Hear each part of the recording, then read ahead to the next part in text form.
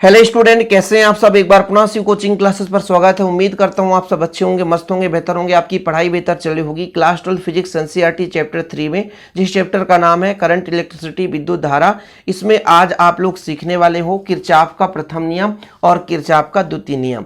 Kirchhoff के प्रथम नियम को हम संधि का नियम भी कहते हैं और किरचॉफ के द्वितीय नियम को पास का नियम या लूप का नियम कहते हैं। ये चीज आपको याद रखना बच्चों। यदि संधि का नियम आ गया मतलब आप समझ जाओगे किरचॉफ का प्रथम नियम है। यदि आ गया लूप का नियम तो आप समझ जाओगे किरचॉफ का द्वितीय नियम है।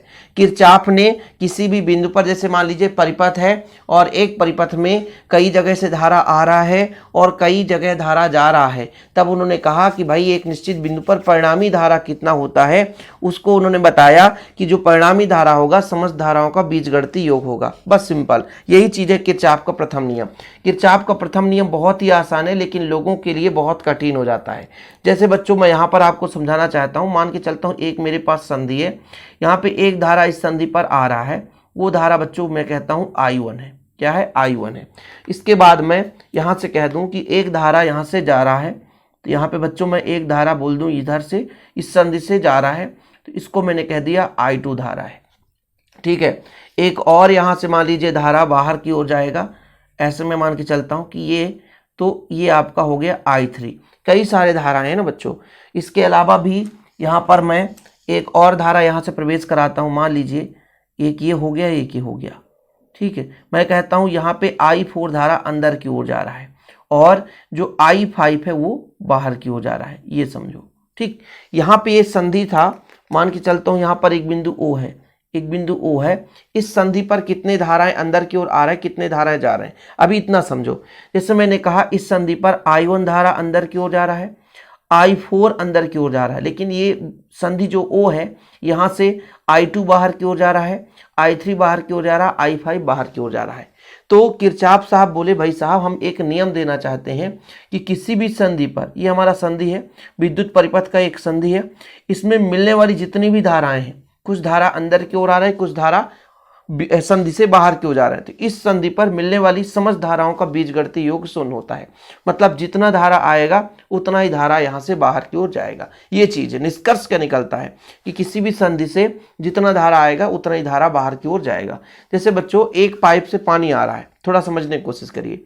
आप उसमें 5 पाइप जोड़ दीजिए ना, लेकिन जो धारा है वो जितना एक पाइप से आया है वही बट करके 5 पाइप से होकर जाएगा। ऐसे ही हमारा बच्चों धारा है।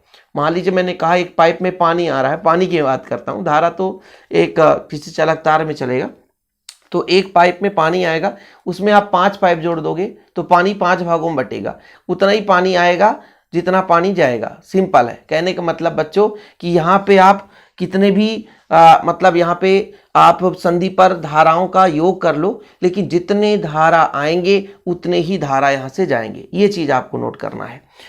यहाँ पर आप लोग देख सकते हो कि जैसे मैंने कहा I1 धारा और I4 धारा आ रहा है, उतना ही धारा 3 चालक तार के माध्यम से जाएगा।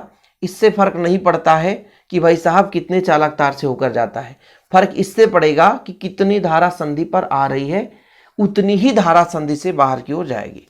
आप लोग और कई सारे एग्जाम्पल ले सकते हो कि भाई साहब जैसे मान लीजिए नदी का पानी आ रहा है और वो नदी का पानी आप उससे कई सारे नाले निकाल दो, लेकिन पानी जितना नदी से आएगा उतने ही नाला से बट कर जाएगा। ऐसा नहीं हो सकता कि नदी से आने वाला पानी मान लीजिए एक प्रकार से, मान लीजिए आप कुछ भी दे सकते हो, मैं कहता हूं कि 15 हार्स का पानी आ रहा है, ठीक है, लेकिन आप 3 जैसे मान लीजिए शाखा दे दिए उसको, तो ऐसा नहीं है कि तीनों में 15-15 हार्स का मतलब पानी जाएगा, नहीं जाएगा, क्योंकि वो 15 बटेगा, किसी में 10 जा रहा, किसी में 2 जा रहा, किसी में 3 जा रहा, ऐसे करके।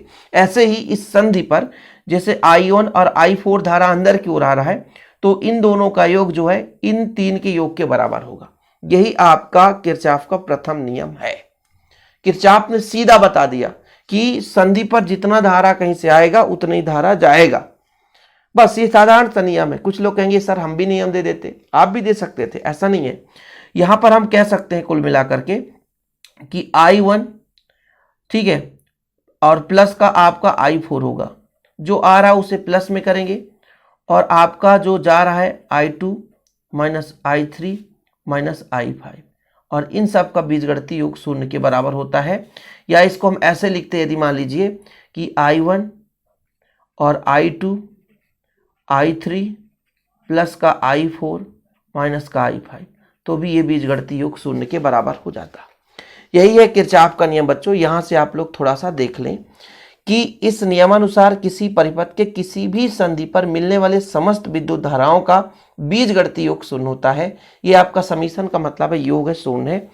I1 और I4 संधि O पर प्रवेश कर रहा है, मतलब संधि O पर आ रहा है, और आपका I2 है, I3 और I5 है, संधि से बाहर की ओर जा रहा है। तब किरचॉफ का नियम क्या कहता है कि समस्त धाराओं का योग शून्य होता है। I1 आपका प्लस है, I4 आपका प्लस है। इसके पीछे रीजन ये है कि वो संधि की ओर आ रहा है। I2 माइनस में है, I3 माइनस में है, I5 माइनस में है। इसका मतलब ये है कि संधि से बाहर की ओर जा रहा है। इन सभी का योग शून्य है। यदि माइनस को पक्षांतर कर दें तो ये प्लस के बराबर हो जाएगा पक्षांतर होकर के। चूंकि यहाँ पे मैंने आपको पहले ही बता दिया कि जितना धारा बच्चों प्रवेश कर रहा है वो जितने धारा हमारे पास निकल रहे हैं उन दोनों का मान हमेशा बराबर होगा। संधि पर प्रवेश करने वाली धाराओं का योग और संधि से निकलने वाली धाराओं के योग के बराबर होता है। तो यहाँ पर लिख सकते हैं इस प्रकार, किसी भी संधि पर प्रवेश करने वाली धाराओं का योग और उस संधि से निकलने वाली धाराओं का योग हमेशा बराबर होता बच्चों। यही किरचॉफ का नियम है। यही हमारे किरचॉफ साहब का नियम आ गया। प्रथम नियम कंप्लीट। संधि का नियम है, मतलब किसी भी बिंदु पर कई सारे धाराएं हैं, मतलब कुछ धारा अंदर की ओर आ रहा है, कुछ धारा बाहर की ओर आ रहा है, तो समस्त जो धारा है बच्चों वो है, मतलब परिणामी जो धारा है उनके बीजगणितीय योग के बराबर होता है, अर्थात शून्य के बराबर होगा। भाई जितना आ रहा है वो प्लस, जा रहा है माइनस, यदि योग करेंगे तो शून्य हो जाएगा, क्योंकि धारा जितने आएगी उतने ही जाएगी। इतना तो आप नोट कर लो। इसके बाद हम चलेंगे किरचॉफ के द्वितीय नियम पर। ठीक है, किरचॉफ के द्वितीय नियम में क्या है बच्चों, ये एक बंद लूप के लिए नियम बनाया गया कि मान लीजिए एक परिपथ है जो कि बंद परिपथ के लिए है। ठीक है, जब यहाँ पर आप देखेंगे डायग्राम में, जैसा कि आपको एक परिपथ दिख रहा होगा, तो आपको ABCD एक बंद परिपथ दिख रहा है, एक आपको BEFC दिख रहा है, और एक आप बाहर वाला भी परिपथ दे सकते हैं। तो ये बंद लूप है बच्चों। तो बंद लूप के उन्होंने क्या कहा कि किसी भी विद्युत परिपथ के किसी बंद लूप में विद्युत वाहक बलों के बीजगणितीय योग उस पास के विभिन्न भागों में धाराओं और उसके संगत प्रतिरोधों के गुणनफल के बीजगणितीय योग के बराबर होता है। बहुत साधारण है, इसको आप हमारे भाषा में समझोगे तब समझ पाओगे। जैसे उन्होंने ये कहा कि हमारे पास बंद लूप है। बंद लूप का मतलब, जैसे मान लीजिए यहाँ पे आपका एक सेल जुड़ा हुआ है, ठीक है, और इसके साथ हम दूसरा सेल जोड़ दिए। ठीक, तो भाई साहब यहाँ का भी विद्युत वाहक बल हम कह दिए E1, यहाँ का विद्युत वाहक बल E2 है। तो उन्होंने क्या बताया कि इन दोनों का जो आपका जैसे विद्युत वाहक बल ये है और ये E2 है, इन दोनों का बीजगणितीय योगफल वो तो दिशा पे डिपेंड करेगा, दिशा किधर है। अभी मैं E1 E2 करता हूं और यदि दिशा एक दूसरे की, जैसे मान लीजिए इसकी दिशा इधर है और इसकी दिशा इधर हो जाएगी, मतलब एक दूसरे के विपरीत है, तो यदि E1 प्लस है तो E2 आपका माइनस हो जाएगा। तो उन्होंने क्या बताया कि किसी भी बंद परिपथ में जितने सारे आप सेल जोड़ दो, इससे कोई लेना देना नहीं है। उन्होंने ये बताया कि जितने भी हमारे पास इस पर सेल जुड़े हैं उनका विद्युत वाहक बल का बीजगणितीय योग, इसमें कितनी धारा बह रही है और इनका प्रतिरोध कितना है। ठीक है, और इसमें कितनी धारा बह रही है, इसका प्रतिरोध कितना है, इनके गुणनफल के योग के बराबर होता है। ठीक है, यानी किसी बंद लूप में विद्युत वाहक बलों का बीजगणितीय योग उस बंद लूप में बहने वाली धारा और प्रतिरोध के गुणनफल के बीजगणितीय योग के बराबर होगा। ये चीज बताया गया। बहुत ही साधारण है, बहुत ही साधारण है कि किसी भी परिपथ में, ये हमारे पास मान लीजिए मैं कहता हूं ABCD एक परिपथ है एक बंद लूप के लिए। सिर्फ शाब्दिक रूप से समझो, बहुत ही कठिन नहीं है कि अब आप मन में लगे सब इतना कठिन कैसे समझ में आया। ये हमारे पास एक लूप है। अब लूप में ABCD लूप यानी बंद लूप है, एक बंद पास है, इसमें विद्युत वाहक बल E1 और E2 है, तो इनका बीजगणितीय योग इनमें बहने वाली धारा और प्रतिरोधों के गुणनफल के बीजगणितीय योग के बराबर होता है। ठीक है, चीजें क्लियर है बच्चों, समझ में आ रहा है कि जो भी विद्युत वाहक बल है बंद लूप में, उनका यदि बीजगणितीय योग बात करेंगे, थोड़ा यहां पे आप समझिएगा। मैं कहता हूं एक मेरे पास सेल है, ये पॉजिटिव है, ये निगेटिव है। ठीक है बच्चों, इसका कुछ ना कुछ प्रतिरोध होगा। और एक और सेल है, ये पॉजिटिव है, ये निगेटिव है, इसका भी कुछ ना कुछ प्रतिरोध होगा। इन दोनों को जोड़ दिया, इन दोनों को जोड़ दिया, तो करंट किधर से किधर जाएगा।